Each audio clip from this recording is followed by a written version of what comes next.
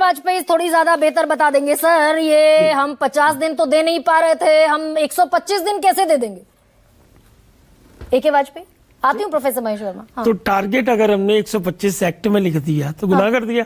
अच्छा भाई ये तो आपका रिकॉर्ड बता रहा है और महेश वर्मा भी रिकॉर्ड अभी दे देंगे। हाँ। अगर एवरेज 50 दिन है और एक्ट में हमने 125 दिन लिख दिया तो उसका पर्पज ये कि ज्यादा से ज्यादा फायदा मिले मजदूरों को।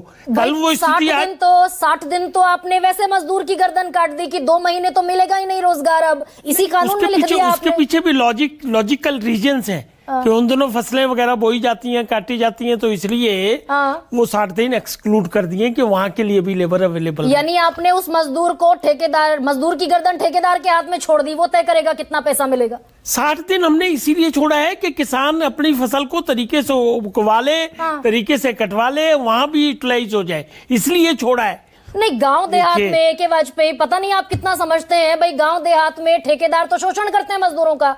अभी तक सरकार तय कर रही थी कि कम से कम इतनी मजदूरी मिलेगी। सरकार ने कहा 60 दिन नथिंग डूइंग, हमारे से कोई मतलब नहीं है, तो ठेकेदार 50 दे, 60 दे, 70 दे, उसकी मर्जी है। कहाँ मिल रहा 50-60? ठेकेदार के हिसाब से भी नहीं हो रहा है। जो लेबर काम कर रही है आज भी 350-400 रुपए से कम नहीं मिलती है खेतिहर मजदूर को। अच्छा, अभी हमको जानकारी है, हमारे भी गांव में खेत है। तो 365 दिन घटाकर 335 क्यों कर दिया? आशुतोष ने अभी एक बात लब्बो लबाब सब्सटेंशियली कह दी कि स्कीम्स में एक ही गड़बड़ी आई है, और मैंने भी स्टडी की है, बकायदा एक एक चीज का स्टडी किया कि जो फेडरल स्ट्रक्चर का 60-40 का जो रेशो किया है वो प्रॉब्लम क्रिएट हो रही है। अदरवाइज तो कोई चेंज नहीं है उसमें। नहीं, इससे बड़ी एक और प्रॉब्लम है ना सर। एक सेकेंड, इससे बड़ी मेरी नजर में प्रॉब्लम है, सरकार कह रही है the central government shell determine the state wise normative allocation for each financial year. नहीं, एलोकेशन ये पैसा कितना जाएगा, कितने मजदूरी मांगेंगे, ये तो जमीन पर तय होगा ना। देखो, इसके लिए पूरा एक्ट उन्होंने बना दी है, पूरे सेक्शन दे दिए, नेशनल काउंसिल बना दी है। उसके बाद ग्राम एक सेकेंड ना, मैं तो पढ़ के बोलूंगा, ऐसे नहीं बोलूंगा।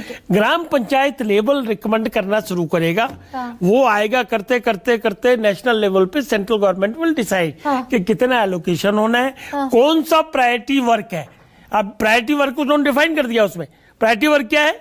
गांव की डेवलपमेंट। नहीं सर, ये तो दरअसल एक सेकंड रुकिए ना भाई। चलो, सर रुक गए। पूरे वित्त वर्ष का जो पैसा तय होता है बजट में, सरकार पहले ही तय कर देगी। मैं मान गया, पैसे की बात मैं मान गया हूँ, पैसा सेंट्रल गवर्नमेंट विल डिसाइड, लेकिन वर्क कितना होगा, कहाँ होगा, कौन सी प्रायोरिटी है, बल्कि इवन क्या कर दिया उन्होंने, मतलब एक सेकंड, पैसा पहले तय कर देंगे, रिक्वायरमेंट बाद में कैसे तय हो जाएगा?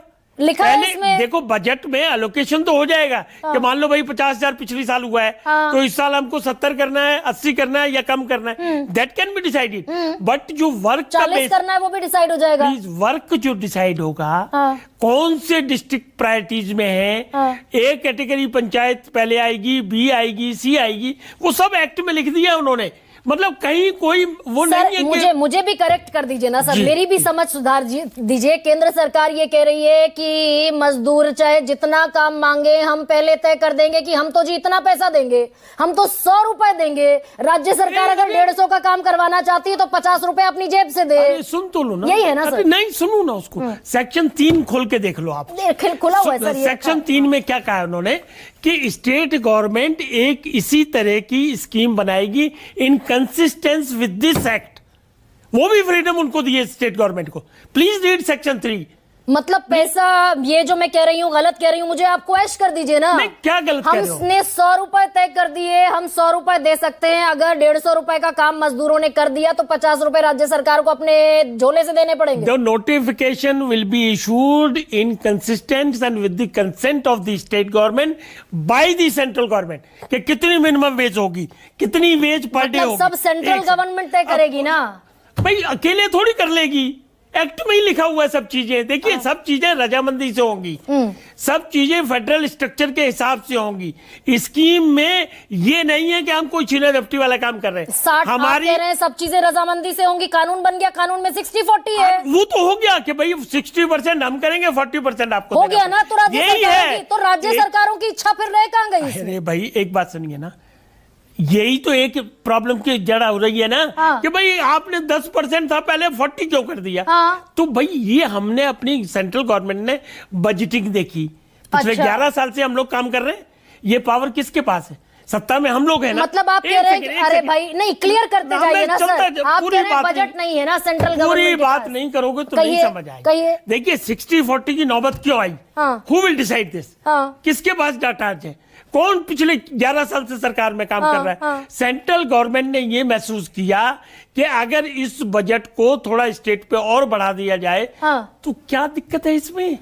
मतलब राज्य सरकारें जो कर्ज में डूबी हुई हैं उन पर और कर्ज लाद दिया जाए और बोझ बढ़ा दिया जाए। अरे दिक्कत नहीं है तो डूबी हुई हैं, उसमें भी 28 राज्यों में हमारी एनडीए की सरकारें हैं मिला जुला के। 20,000 करोड़ रुपए 20,000 करोड़ रुपए सेंट्रल विस्टा पर खर्च होंगे। मतलब क्योंकि राज्यों के पे कर्ज है तो ये स्कीम स्क्रैप करके बंद करके फेंक देंगे? ये तो नियत नहीं है हमारी। ना सेंट्रल गवर्नमेंट ये तो नियत नहीं है। एक सेकंड। सेंट्रल गवर्नमेंट कहती है कि एक्साइज ड्यूटी और जीडीपी चौथी हमारी सबसे बड़ी इकोनॉमी है, सेंट्रल गवर्नमेंट के पास पैसा नहीं है। माननीय गरिमा जी एक बात आप समझ लें, हम सत्ता में हैं, हम सरकार चला रहे हैं। कौन सी बजटिंग कहाँ करनी है, डिफेंस में घटाना है बढ़ाना है, क्या करना है, यही सब हम कर रहे हैं। ओके, और पूरी ईमानदारी से कर रहे हैं, पूरी ईमानदारी से कर रहे हैं। ओके, ईमानदारी से बजटिंग हो रही है। हमने 100 रुपए तय कर दिए, मजदूरी अगर 150 की होती है तो राज्य सरकार अपना देखें। वो बजटिंग तो केंद्र सरकार के हाथ में है ना सुनील सिंह।